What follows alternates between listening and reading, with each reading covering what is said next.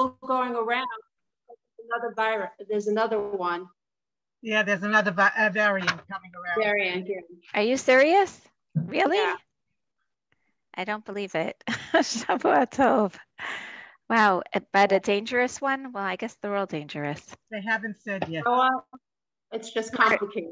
It's just complicated. Hindi beautifully said. Okay, Shavua Tov. Thank you all for waiting. That's my internet issues and then waiting. I'm going to work out a good system here. So I don't know if you know, in Alonchfoot, they're switching over the entire internet system from regular internet to fiber optics. We're working on that in the whole gush. So the whole gush. Eziofi. So there are a lot of glitches over here. So I hope I don't also sometimes. And that Thursday night, I got cut off in the middle of a Zoom. So Be'ezrat Hashem, this should work well until it's all smoothed over. So Chodesh Tov to everyone. And today we're continuing with not only Tefillah Batnach, but if you remember, we discussed it. We're going to see how Moshe Rabbeinu, based on last week's shiur on how Moshe Rabbeinu in Parsha Kitisa learns the art of Tefillah from HaKadosh Baruch Hu. And then we compared it to Eliyahu Hanavi, who didn't necessarily incorporate that message, but posthumously in Masechet Brachot, we saw how he does teach it to Rabbi Yossi. He basically says, don't go to Har Chorev, to a churva for Midat Hadin, but rather for Midat HaRachamim. Right? A beautiful idea that teaches us what it means to have Tefillah Baderech. And speaking of Tefillah Baderech, we discussed how now we're going to pursue how Moshe Rabbeinu is gradually going to teach some of these concepts to Am Yisrael. So on one hand, one could argue that we should really skip to Sefer Bamidbar to see the narratives through which Moshe Rabbeinu is going to teach this message, whether it was, as we already discussed, by the Tefillah of Miriam, Kelna Refanala. And that's basically why Miriam and Aaron are speaking about Moshe. They're talking about him as if he is a regular Navi. And we said that what's really interesting about that story is that he is a Navi like them, but they forgot about one idea. And that is that even though they were able to perform the first sign, if you remember the sign of the mateh, turning into a nachash, Aaron did that also. Miracles of water. Miriam and Aaron did miracles of water. Rather, Tzarat was the one phenomenon, was the one oath that neither of them were involved in at all. And therefore Hashem says, oh, here's Sarat, Miriam. What are you going to do with this, Aaron? And that's when they realize that they may be Nevi'im on one level, but they don't yet have the art of Tefillah.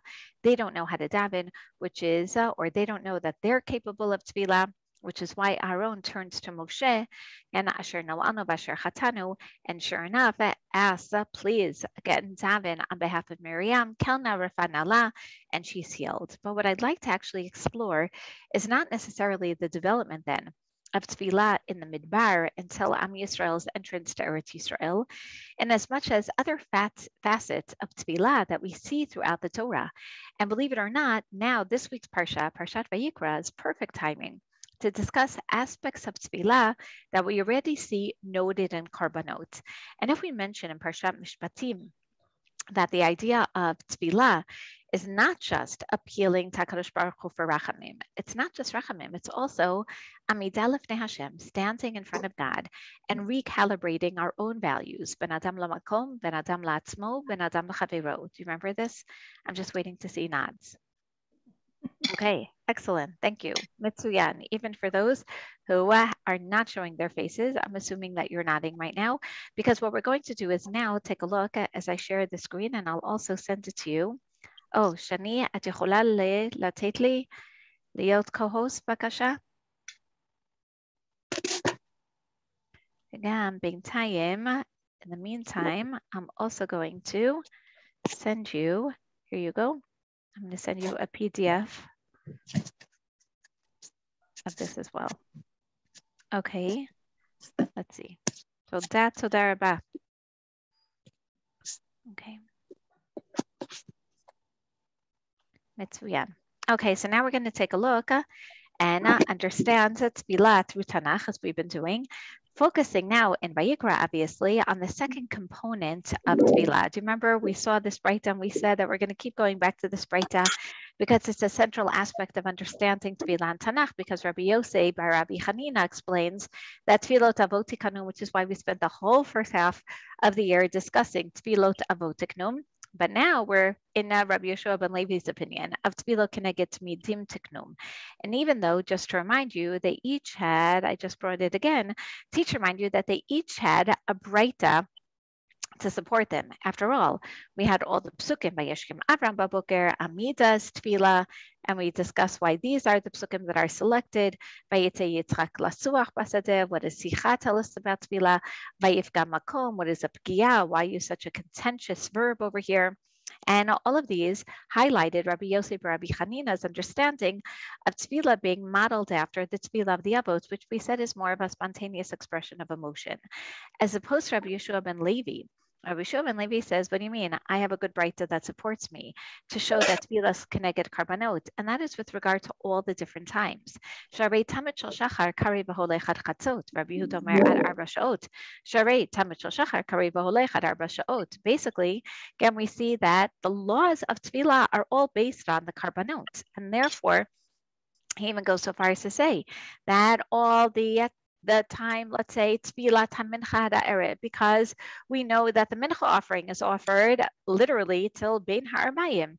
So all this makes sense. And the Tfilat Erev, why is it that Arvit doesn't really have a keva, a fixed time? Because because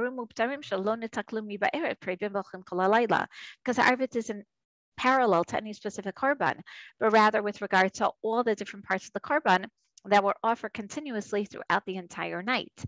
And not only that, how about Musaf? Same idea.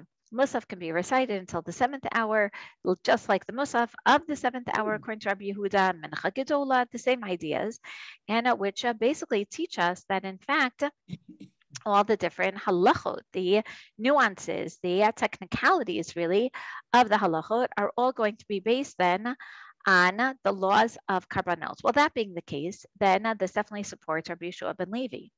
But wait a second, again, it seems then, Nema tehevu tiyufta Rabbi Yosef Rabbi Hanina. If all the halachot of tefillah are based on the karbanot, then it seems that we have a problem with Rabbi Yosef Rabbi Hanina.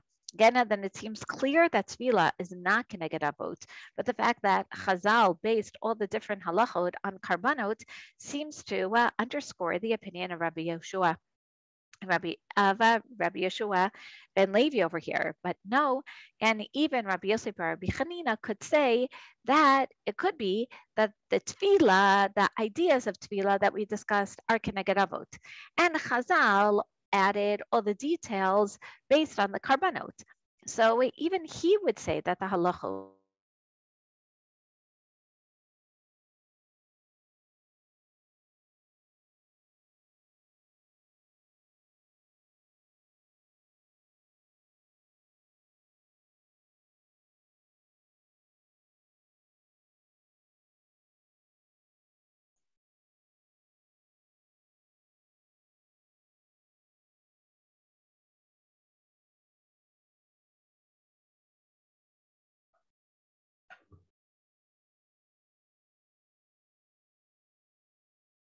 back to, okay, sorry about that. Hope it doesn't happen again, but this is what's been going on for a while. So now back to the debate. So it seems that even Rabbi Yosef or Rabbi Hanina would have to agree with Rabbi Yeshua ben Levi that the basic ideas of tefillot are instituted based on the avot, but Chazal definitely see all the parallels with the karbanot.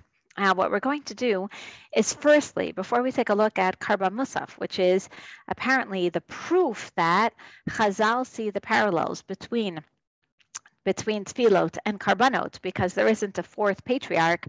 Again, before we get to Karban Musaf, let's, and now we're going to go and appreciate even Rabbi Yeshua ben Levi's opinion now. Let's even open up this week's Parshat Vayikra. So first, again, that's exactly what I'm going to share with you right now. Again, we're going to take a little break here, again, in order to open up. Sorry, one moment. Shani, Yes? Shani, why does it have to be one or the other? Like, why can't it be both? So it is both, meaning that's the conclusion, that it's both. That the ideas, which is why we divided our semester exactly this, meaning it really is both in the sense that, very well said, again, that we basically, here we go, that, sorry, one second, that in fact, we're not going to say that it really is just one. We're going to say that the ideas, there are certain aspects that are based on the avot, right? Many of the words, the nuances, if you remember, but there definitely are some ideas based on the karbanot as well. So even Rabbi Yossi bar Rabbi Chanina comes to the conclusion that tefillah keneged karban, meaning tefillah keneged avot, ve'asmachinu rabbanan are karbanot. And there was some aspect that is also going to be linked to the karban. So a very interesting, and I would say, synthesis that we see throughout this breita. So now what we're going to do is try to explore even from basic karbanot, right? How we understand certain ideas of tefillah. So I'm going to actually bring up Hebrew and English to make it a little easier over here while we open up Sefer Vayikra together. And we're going to see, Anna, something very interesting as I share this. Here we go. Okay. Ta-da.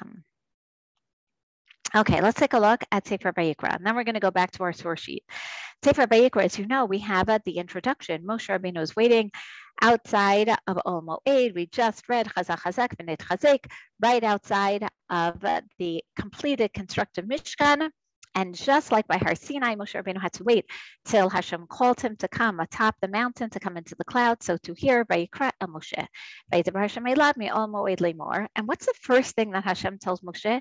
Daber b'nei Yisrael b'amarte lehem Adam ki akriv mekem karban laHashem min habema min habakar min hatzon tagribu et karbanchem. In other words, before we go ahead with the regularly scheduled program, which should be the continuation of the consecration of the Mishkan, which we're only going to hear about, by the way, in Perek Chet, in Parshat Shmini of Sefer Vayikra, Hashem says, wait a second, time out. I want everyone to know that this Mishkan is not just for Moshe Rabbeinu. As a matter of fact, it's not even just for the Kohanim.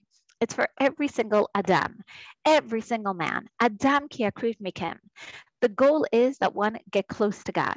Now, the beginning of Sefer Vayikra teaches us, again, how Am Yisrael are going to get close to God through animal sacrifice.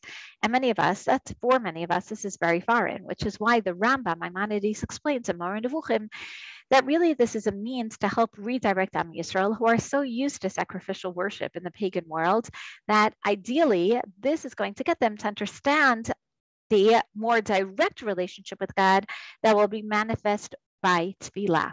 Now, even if you argue that this is l'chatchila, which by the way is interesting, because even the Rambam explains that come along Be'ezrat Hashem, the third Beit HaMikdash, we're going to have karbanos again, meaning it seems that we're going to have to go through this process again, even if pagan animal sacrifice is not part of our Wilton Shung today. Nonetheless, again, we still need this as a medium to appreciate what it means to relate to God, which tells us that through these karbanot, through these animal sacrifices, our tefillah is actually going to be enhanced. We get to what the Rambam calls the kavanah harishona, which is being able to relate to God, even without the karbanot, just through tefillah. Now, it seems, once again, that we know during the time of the first Beit HaMikdash and second Beit HaMikdash, in addition to karbanot, they always had tefillot, meaning people always said things together with the bringing of their karban. Question is, for how long are we going to have these karbanot at the time of the third Beit HaMikdash? Good question. We'll have to wait and see, Be'ezrat Hashem. But the question is, what or how do these specific karbanot enable us to relate to Hashem? Specifically getting us from the kavanah shniya to the kavanah harishona. How do they help us get to a notion not just of closeness to God, but particular closeness to God through tefillah? Well, let's take a look. Again, what is the olah? We begin with the olah, which is a karban, which is a karban that is completely, it just switched back, a karban that's completely and given to Hashem, completely consumed by Hashem, and therefore is basically an expression. Okay, I guess I'll go through this without the comma. Let's try this again. And which basically is an expression of the different. I think I know where I'm going wrong. Let's try. Which is an expression. Let's try this like this, which is an expression of my complete subservience to God, right? Everything goes up to Hashem. And as the Ramban will tell us by a parsha, by the Karban Chatat, the Ramban Nachmanides tells us when you look at the Karban Chatat, you actually see the animal being consumed and you see the animal as yourself. So imagine this, you're looking on the animal and here it's completely, as opposed to a Chatat, it's completely consumed by the Mizbeach, so much so that we hear not only that everything has to be taken off, but let's take a look at the continuation of the Olah, which leads directly to the Mincha. Now, what's interesting is that in Parshat Tzav, we're going to hear also about the Olah, which is going to go hand in hand with fire always being on the Mizbeach, meaning it represents a constant relationship with Hashem, right? A beautiful idea of the Olah, which basically, as we see the animal being burned, helps us appreciate that our entire life, right, our existence is dependent on God. As you can imagine, this is a basic, fundamental aspect of tefillah, to recognize that, oh my gosh, I'm completely devoted to God. So the question was, again, or is even, in the time of the Beit HaMikdash, one would offer these karbanot. So we know that the first three karbanot, Olah, Mincha, Shlamim, are all karbanot nidava. Adam ki akriv. It's up to you when you want to bring this. The chatat and the asham are going to be required under particular circumstances. Well, that being the case, again, back to our Olah, Mincha, and Shlamim, anyone want to tell me, when would one want to bring this all-consuming, all-subservient karban to Hashem that will be completely consumed on the Mizbeach? Any ideas? When would one bring a karban Olah? Can you think of an opportunity? Okay, I see Sarah's mouth is moving, but I don't hear her. Okay, when somebody wants to feel close to Hashem, he wants to feel a connection, and he feels that, and if they just got the Mishkan, and that's supposed to be the connection, the conduit for connecting to Hashem, so he wants to do that. Beautiful. Sarah, you said that so eloquently, then I'm not even going to repeat it because I can't do justice to that. That was beautiful, right? So basically, I'm just going to not repeat. But again, in a summary form, say what Sarah did, which is when I want to get close to God, I bring a karban olah. Beautiful, beautiful. So much so that when would I need to feel close to God? So Sarah said, I can imagine this is the very first karban that's mentioned because the Mishkan was just inaugurated. I want to get close. I want to get close to Hashem. I'm in, this wonderful state of Vasilu Mikdash v'shachanti b'tochem. Hashem is back in my midst, or is going to be back in my midst. So the first karban, of course, I want to bring an olah. And we're going to see that an olah throughout Sefer Vayikra is brought to basically show the restoration of our relationship with God. Beautiful, beautiful idea. So much so that halachically, when does one bring an olah? Exactly as Sarah said, when you feel that there's something lacking in your relationship with God in particular. So for example, let's say you did not fulfill what's called a kumbase. You didn't fulfill a positive mitzvah. Now, you didn't override a negative mitzvah, but let's say I didn't daven, right? I did not fulfill a positive mitzvah. That's when I would bring an olah. It basically is my way of saying, Hashem, oh my gosh, I didn't take advantage of the opportunity to daven. I didn't take advantage of the opportunity to come see you in Yerushalayim. I didn't take advantage of all these opportunities to get close to you. I didn't take advantage of taking the Arba Minim on Sukkot, right? To give another example. So I want to bring in an olah. I want to show you that I really do want to get close with you. So beautiful. You can imagine then that the idea of bringing an olah, I know exactly what I would say when I would bring an olah, right? Without, a particular nusach of tefillah. I would say like what Sarah just said, Hashem, I so badly want to get close to you. I want to be completely subservient. I appreciate that you're the source of my life and my existence, and thereby I'm bringing this olah. We then take a look at the karban mincha. And what's interesting about the karban mincha is that we see that the mincha is called a mincha, as we'll still see throughout, a mincha to olah, basically telling us that it's similar to the olah in the sense that it also represents a connection with God, obviously, but also some level of subservience. Well, what is a level of subservience? It's the aspect of not that my existence is dependent on God, but my sustenance is also dependent on God, which is why the base of karban mincha is the same amount that we would collect in the midbar of an omer la gilgolet.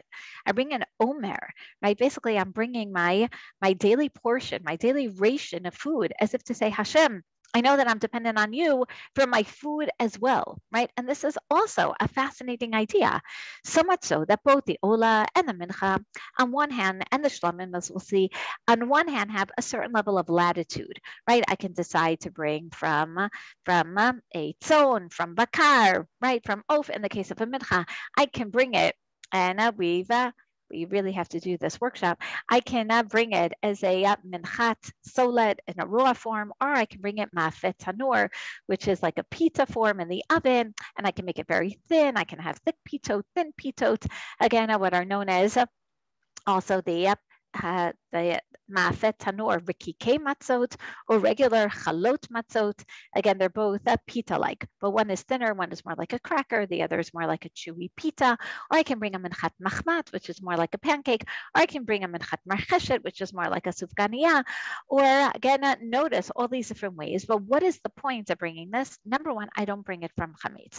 I show that I'm not arrogant, right? I don't wait around. I bring it as is, somewhat so that I can also bring it, as we said, in the raw ground form from the initial grains that I have to bring it. And basically, I'm saying, Hashem, my sustenance is dependent on you. So when would I bring a karban mincha?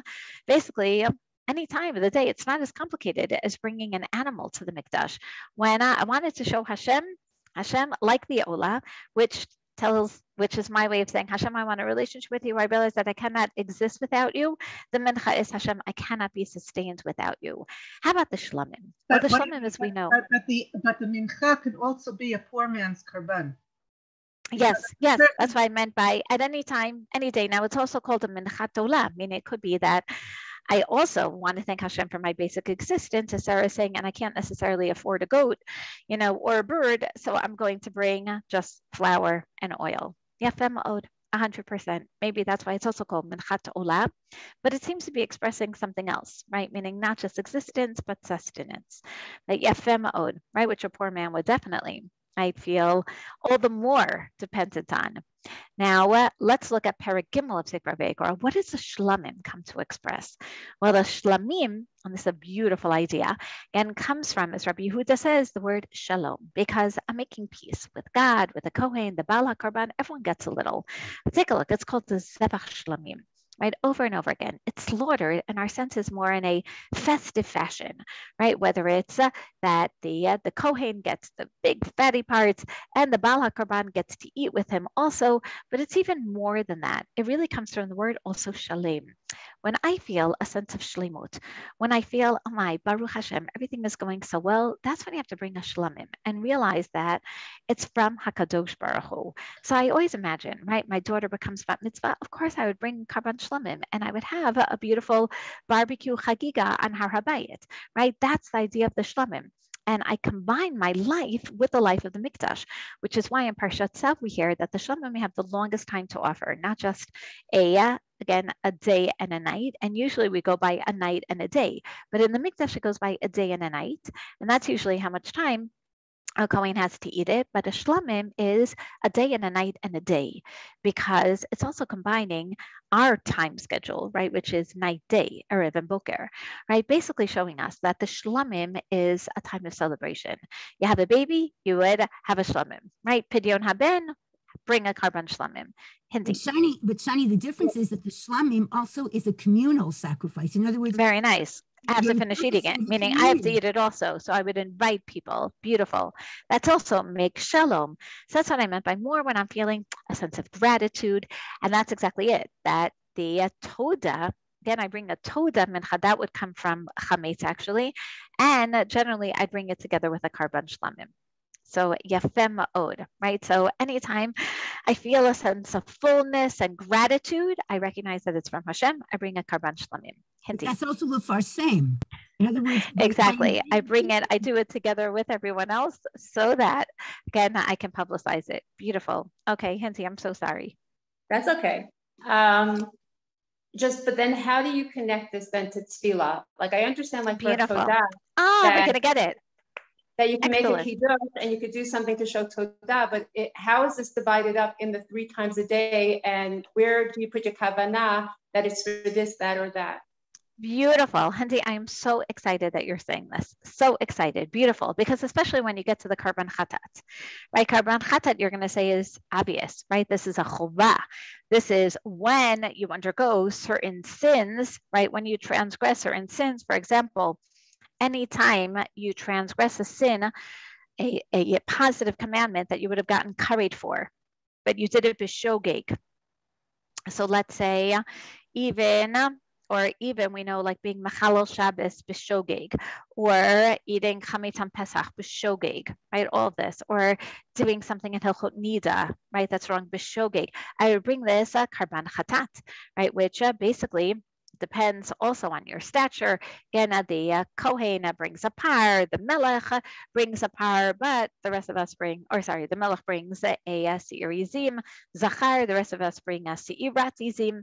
Again, and this is in the Nasi, Melech and the Kohen bring a par, the Nasi brings the Sanhedrin, yes, or the Melech and the Nasi brings the Se'irizim, and the regular proletariat of society brings a Se'irat Izim. And this is to obviously say, I'm sorry to Hashem. So much so that when do I bring a chatat? Anytime, even if it wasn't my fault, right? Meaning I was an ones, I was put in this situation where in the end, I couldn't have a relationship with Hashem, even in the mikdash. Again, then I bring a chatat, and then it makes sense. Afterwards, I bring an ola. So don't worry, Hindi, I'm going to get to your question, because we also hear about, again, different cases where I have to bring a karban asham, which seems to carry greater guilt because there's a lot more negligence involved, right? It shows that I wasn't really caring about my surroundings. So we're not going to get into all the details here. And as much as answer Hindi's question, which is how do I incorporate this in tefillah? Well, what we see is even the basic idea of some being nidavot and some being chovot, and Rabbi Yeshua ben Levi basically saying this is what Chazal are saying, that when you feel hodayah to Hashem, right, a karban shlamim, translate that now in tefillah. So Hindi's saying how? And the answer is, I have modim, right? That would be like my shlamim every day. And your chatat, obviously, that's your slach lanu, that's your vidui, again, that you're going to incorporate in your Shmona Esrei. How about my mincha? Again, even thanking Hashem, recognizing my sustenance is dependent on God. What do you mean? That's machaya metim. How about my ola, where I realize that my life's existence? Well, that's your basic, not only shevach HaKadosh Baruch Hu, that really are those are your bakashot. Your bakashot really are your olot. And I'm going to quote Professor Yoni Grossman, who says beautifully, he says, we don't have these karbanot to express this today, which is why we need tefillah. And he encourages, that we really should be saying the karbanot every day after Brechot HaShachar. That's how you begin your day, with the karbanot, meaning putting your tefillah in a certain context. Not only that, people don't realize, the Mishnah Berurah says, that saying the karbanot is equivalent to saying Psukei de Zimra, meaning it really is almost an essential preparation for standing before God, because it reminds you not just how we once upon a time stood before God, it reminds you of these basic life experiences and emotions that we have that we want to channel towards HaKadosh Baruch Hu.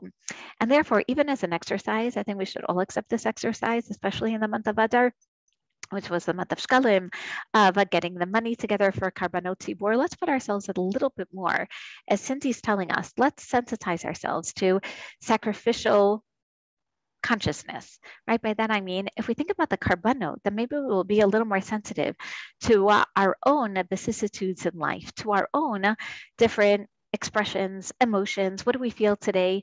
So Rav Yoni Grossman suggests, even he says it's hard to tell someone to go from like nothing to saying all the karbanot in the morning. He says, you know what, wake up in the morning. When you say Moda'ani and Brachot HaShachar, think for a moment, if I was living in the time of the karbanot, what would I bring today, right? Am I in a shlamim type of mode? So then just say the karban shlamim in the karbanot section. You have to always say tamid, and you always have to say ketoret. And again, those were, the constants. But again, you're in an ola mood today, so say the karban ola section. You're in a mincha mood today, amazing. Say the mincha section. You can't even side, you would bring a mafet tanur or a marcheshet, so say the whole thing. And basically, try to really, and I think that this is so much connected to mindfulness, that the karban was a means of channeling these emotions in a very positive way towards God, right? Towards the Beit HaMikdash. That's really what tefillah is. So much so that people today say, I can't relate to tefillah. but no one ever said I couldn't relate to karbanot, meaning people say today, I can't imagine bringing, a goat to the Beit HaMikdash. I get that. But in the time of the Beit HaMikdash, no one said, I can't relate to this goat. Everyone related to the goat. It's easier to relate, really, to getting close to God through something physical, which even helps elicit certain emotions. So maybe if we say them, if we at least say the karbanos and understand them a little more, maybe that will help us be a little more sensitive to those emotions that we're feeling before God, which is an amazing idea that we're now going to get back to as we actually continue in Sefer Vayikra. And now we're going to see where we left off on our source sheet in Sefer Vayikra, when we hear about certain times of the year when we have to bring a karban musaf, literally an extra karban. So we know that that's only going to be detailed in Bamidbar Perach Chet. So now let's take a look. If we've already established that the karbanot serve as a basis for what we're supposed to be thinking and feeling during our tefillot, then I guess we better try to understand these karbanot a little. Especially the musaf was the proof to Rabbi Yosef and Rabbi Chanina that Rabbi Yeshua ben Levi is right, that the karbanot serve as the framework, right? Obviously, all those emotions, the spontaneous expressions of the avot, those are beautiful ideas, as Hindi said. Both, right? We're going to synthesize both. But we have to see that the basis or the framework is really the karbanot. So let's take a look. And as we just celebrated Rosh Chodesh, we're going to begin, as the Torah does, with the musaf that we bring on Rosh Chodesh. Let's take a look at this. What do we bring? Meaning, what do these karbanot really express? So we discussed the regular ones, but how about the musaf ones? Takrivu ola laHashem. I get it, an ola. But look at what you bring at an ola, as opposed to in Sefer Vayikra, where I can bring whatever I want, whatever I'm in the mood for. I want to bring a par. That's a really expensive one. That means, oh my gosh, right, Hashem, I really want to get like super duper clothes. I want to make a major donation to the Mikdash. Okay, yafeh ma'od. Here are the karbanot tzibur, what Becky was mentioning before about the karbanot also bringing us together through these experiences. Well, let's look at what you bring as a tzibur. Parim b'nei bakar shnayim. Ayel achad, kvasim b'nei shana shevat mimim. And then I bring a corresponding mincha, which we said is an expression of my cognizance of God's sustenance. Okay, yafeh. Let's look at this. This becomes the standard. I bring parim, I bring elim, and I bring shiva kvasim. And the question is, again, what feelings, what emotions are these karbanot supposed to be eliciting? Well, again, interesting. When I see also in Bamidbar, when we hear about the chatzotzrot, remember the trumpets that have to be made, we hear that v'yom simchatchem uv'modechem uv'rashi chadshechem utkatem b'chatzotzrot al alotechem ve'al zevchei shalmechem. You bring olot, you bring shlamim, v'yu lachem lezikaron lifnei elokechem ani Hashem elokechem. And you bring it as a zikaron before God. And you also bring them, you also are going to blow, and Hashem is going to save you. But specifically, b'yom simchatchem, this is what you're going to bring. And in Parshat Tzav, we hear this as well. These are the Shei Hashem, et ha'keves ha'achad, and we have the famous psukim, av et ha'keves ha'achad taseh b'boker, v'et ha'keves ha'sheni taseh bein ha'arbayim. Right, very interesting here, where we see, again, the idea of the regular ones. But let's explore what are. So I bring my regular keves, that's the tamid offering. I bring it as an ola, that's a karban tamid. I get it. Zeh I want to show God, I always want a relationship with you, which is why, as I mentioned in Parshat Tzav, it's actually called, again, the Eish is going to be there at all times to show a constant relationship. That's my regular keves. When I add, which is I add an ayil, and I add kvasim, and I add parim, as we saw in the parsha of the Chatzotzrot, that's something special. That's something that is supposed to elicit other emotions from me. Well, let's see. When I bring an ayil, what do you think it's supposed to remind me of? Not just anything la'olah. Bring an ayil la'olah. Who brought an ayil la'olah? That was Abraham for Yitzchak, Akidat Yitzchak. Abraham, Akidat Yitzchak. So you tell me, every Rosh Chodesh and every Chag, when I bring an ayil la'olah, I'm supposed to be thinking about the Akita. In other words, I'm not just supposed to be, again, every day, I think about my relationship with God. I bring my regular tamid, I bring a regular olah if I want on an individual basis. But on special times of the year, I have to think about Akida. I have to think about extreme devotion to God. Everyone see this? Again, an ayil in particular, when I see an ayil, I can't help it. Just like when I see a shofar. I think of the ayil achar nachaz b'svach b'karnav, and how Avram brought an ayil tachat b'no. How it really is in place of our own children, in place of ourselves. That is going to be, one can even argue, the paradigm of a karban tzibur. Okay, and when I see that 7 sheep are being offered on Rosh Chodesh, on special days of the year, what am I reminded of? Okay, I gave it away here, but I'm reminded of the treaty between Avram and Avimelech. And what do I bring that as? I bring it as a shlamim, which makes so much sense. It's not just, oh, Hashem, you and I are getting along so well, and the Kohanim get more to eat for Yantif and Rosh Chodesh. No. It's about a brit. I'm basically saying, Hashem, and this is a covenant between us. And we're reminded of all our covenants, but especially our covenants, ben adam l'chaveiro. Now, what else do we bring? We always bring a seir izim lachatat. Why does a goat have to be brought as a chatat? Especially because when I bring my personal one, I bring a seirat izim. I bring a she-goat, only the nasi. But on Rosh Chodesh and Chagim, we bring a male goat. What does this remind us of? What are we still working on? Seir lazazel. Yes, seir lazazel on Yom Kippur, but also the seir that the brothers took to cover up, right? The death of Yosef, or the selling of Yosef. So the chatat represents our ben adam l'chaveiro sins. Everyone see this? How basically that's the reason we brought it, because of Yosef, because of the Achim. Exactly. That's why the seir lazazel comes as well. But we don't have to wait for Yom Kippur for a seir laHashem and a seir lachatat and a seir lazazel. We bring the chatat every month, and it's always going to be. And it's always going to be a goat, in order to help us appreciate. And yes, Hashem, we're still working on our ben adam l'chaveiro. I don't know about you guys. I get so excited by this. Every time you read this, again, in Shemona Esrei, like you think, oh my gosh, I can't believe I'm mentioning the karbanot as part of my tefillah. No, the karbanot, we're supposed to elicit tefillah. We're supposed to elicit these emotions from you. I'm bringing this, oh my gosh, Hashem, I really have to work on my ben adam l'chaveiro. I can't believe there's so much sinat chinam still going on in Am Yisrael, which unfortunately there is. And Hashem, I'm bringing my ayil to remember my subservience, like at the time of the Akedah. And I'm bringing the Sheva Kvasim to remember the Brit, also ben adam l'chaveiro, but also ben adam l'makom. Now we go back to the par. Why do we bring a par la'olah? When did we first bring a par la'olah? That was, if you remember, after Parshat Mishpatim, when we have a Brit with God, Brit Sinai, we brought, again, a par. And half of the blood was going to be sprinkled on the Mizbech, half of it on Am Yisrael. And this is basically the idea behind understanding and the relationship with God. I go back to my commitment of a covenantal relationship of Har Sinai. Beautiful. The Medrash also tells us this is why we bring the para aduma.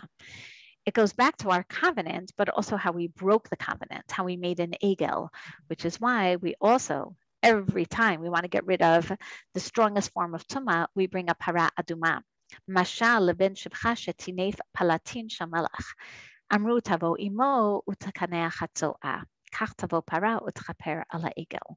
That why is para aduma performed with a cow, mashal, like one of the children of the handmaid who had an accident in the king's palace, and the mother has to come and wipe up the dirt. So we have to bring the par to atone, and Rashi says this also, to atone for the calf that basically was the source of sin. As Rashi says, Al Shem Yisrael sheyutmimim. That's why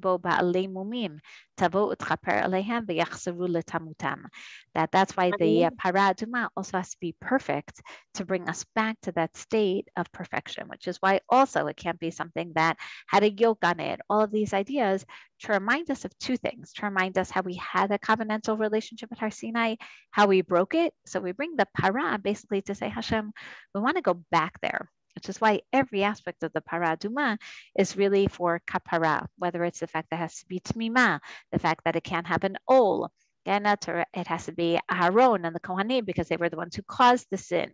It has to be burnt just like the calf was burnt. It has to be brought with cedar wood and hyssop because these three species correspond to 3,000 men who fell, who was sinned actually by the golden calf, and the cedar because it's the loftiest, and the hyssop because it's the lowliest, a symbol of the man of a high position and the symbol of the man of the low position. Both of them attain atonement, and similarly, even the term of mishmeret, also the Midrash says, just like the sin of the golden calf is still in our consciousness, we have to remember for future generations to never revisit it.